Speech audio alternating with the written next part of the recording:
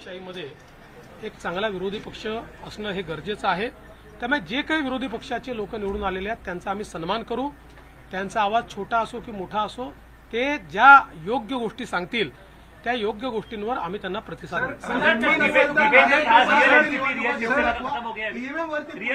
पहले मराठी हो जाना फिर ईव्हीएम कापर फोडताय, हिंमत असेल तर बॅलेट पेपरवर निवडणुका घ्या आता असं विरोधक म्हणतात। काय आम्हाला ते माहितीच होतं, जर झारखंडमध्ये झारखंड मुक्ती मोर्चा जिंकला तर तिथलं ईव्हीएम टॅम्पर प्रूफ परफेक्ट एकदम जनमताचा कौल लोकशाहीचा विजय।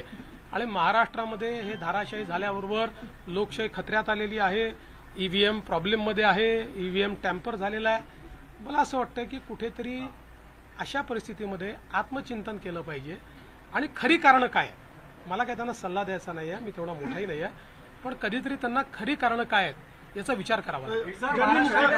मुख्यमंत्री पदाची स्वप्न पाहिली असे राष्ट्रवादी आणि काँग्रेसमधल्या बड्या नेत्यांचे या विधानसभा निवडणुकीमध्ये पराभव झालेला आहे। असं लोकशाहीची हीच खरी मला असं वाटतं गंमत आहे की लोकशाहीमध्ये कोणाला जनता डोक्यावर घेईल आणि कोणाला जनता धाराशाही करेल हे सांगता येत नाही।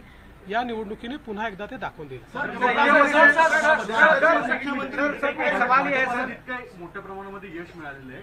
मागच्या वेळेस दातृत्व दाखवत भाजपाने एकनाथ शिंदेंना सीएम पद दिलं। आता सगळ्या तुमच्या लोकांच्या अनेक राजकीय नेत्यांची बाईट्स येत आहेत किंवा प्रतिक्रिया येत आहेत की भाजपाला आता यश मिळालं तर भाजपाने मुख्यमंत्रीपद घ्यायला हवं।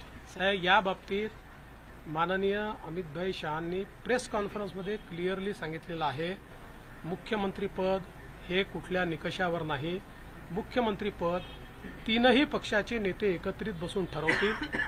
एकनाथराव शिंदेजी त्यांच्या पक्षाचे राष्ट्रीय अध्यक्ष आहेत, अजितदादा त्यांच्या पक्षाचे राष्ट्रीय अध्यक्ष आहेत आणि आमचे जे राष्ट्रीय अध्यक्ष आहेत त्यांना आमचं पार्लमेंटरी बोर्ड हे ऑथराईज करतं। ते बसून जो निर्णय घेतील तो निर्णय असेल, कुठलाही वाद नाही आहे, कुठलाही विवाद नाही।